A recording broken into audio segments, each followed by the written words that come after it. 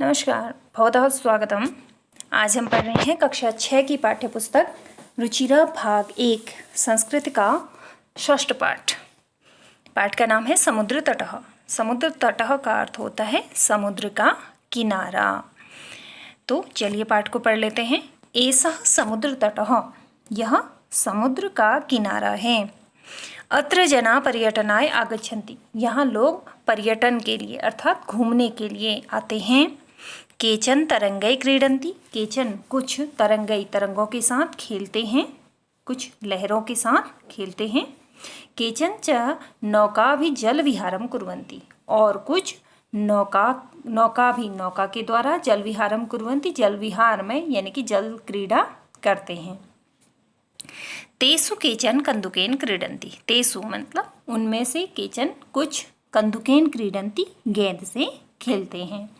बालिका बालका च बालुका भी बालुकागृहं रचयन्ति, बालिका और बालक बालुका भी मतलब बालू के द्वारा बालुकागृहं बालू के घर रेत के घर रचयन्ति बनाते हैं, यानी कि बालक और बालिका बालू से या बालू के द्वारा बालू के घर बनाते हैं।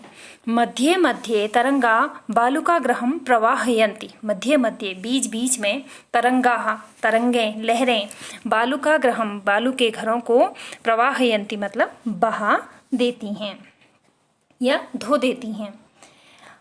एषा क्रीड़ा प्रचलति एव, यह क्रीड़ा यह खेल प्रचलति एव मतलब चलता ही रहता है, अर्थात बालक बालिका बालू के घर बनाते हैं, लहरें आती हैं और उसको बहा कर ले जाती हैं, और फिर दोबारा से बालक बालिका वहाँ पर बालू के घर बनाते हैं और फिर लहरें आती हैं उसे बहा देती हैं, यानी कि यह खेल चलता ही रहता है। समुद्र तटा न केवलम पर्यटन स्थानानि, यानी कि समुद्र तट केवल पर्यटन के ही स्थान नहीं है, पर्यटन अर्थात घूमने के स्थान ही नहीं है।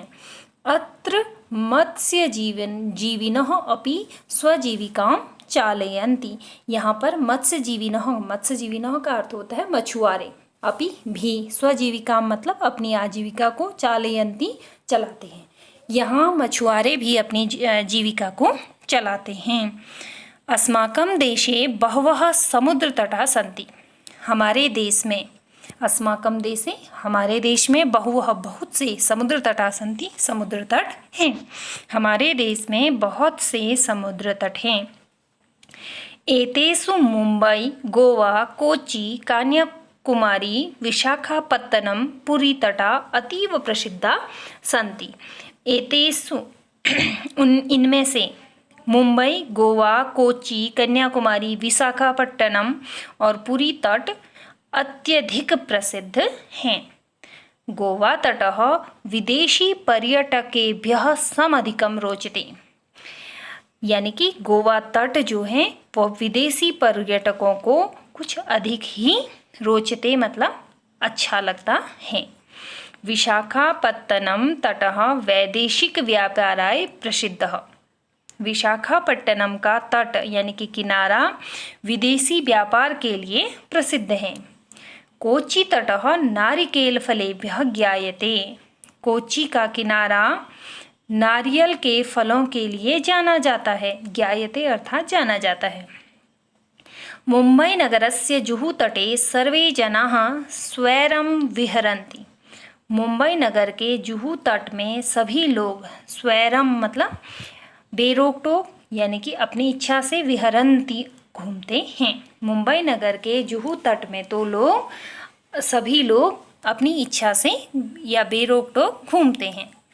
चेन्नई नगरस्य मेरीना तटः देशस्य सागर तटेषु दीर्घतमः, चेन्नई नगर का मेरीना तट देश के सभी सागर तटों में दीर्घतमः मतलब सबसे बड़ा है, यानी कि सबसे बड़ा तट कौन सा है? चेन्नई नगर का मेरीना तट।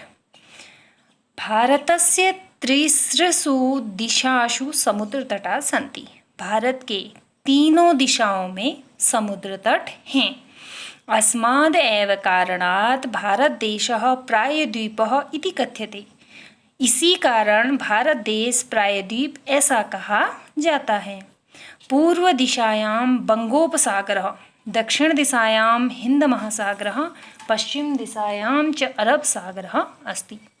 पूर्व दिशा में बंगोपसागर, बंगोपसागर मतलब बंगाल की खाड़ी को कहते हैं। दक्षिण दिशायां हिंद महासागर, और दक्षिण दिशा में हिंद महासागर। पश्चिम दिशायां च अरब सागर अस्ति, यानी कि पश्चिम दिशा में अरब सागर है, अर्थात पूर्व दिशा में बंगाल की खाड़ी है, दक्षिण में हिंद महासागर है और पश्चिम दिशा में अरब सागर है। एतेषां त्रयाणाम् अपि सागराणां संगमः कन्याकुमारी तटे भवति। इन तीनों सागरों का संगम भी कन्याकुमारी के किनारे होता है। अत्र पूर्णिमायां चंद्रोदयः सूर्यास्तं च युगपदेव द्रष्टुम शक्यते। अत्र यहाँ पूर्णिमायां, पूर्णिमा के दिन, चंद्रोदय चंद्रमा का उदय, सूर्यास्तम और सूर्य का अस्त होना, च और युगपदैव अर्थात एक साथ ही दृष्टुम शक्यते देखा जा सकता है। यहाँ पूर्णिमा के दिन चंद्रमा का उदय और सूर्य का अस्त एक साथ ही देखा जा सकता है। आशा है आपको पाठ समझ में आ गया होगा। धन्यवाद।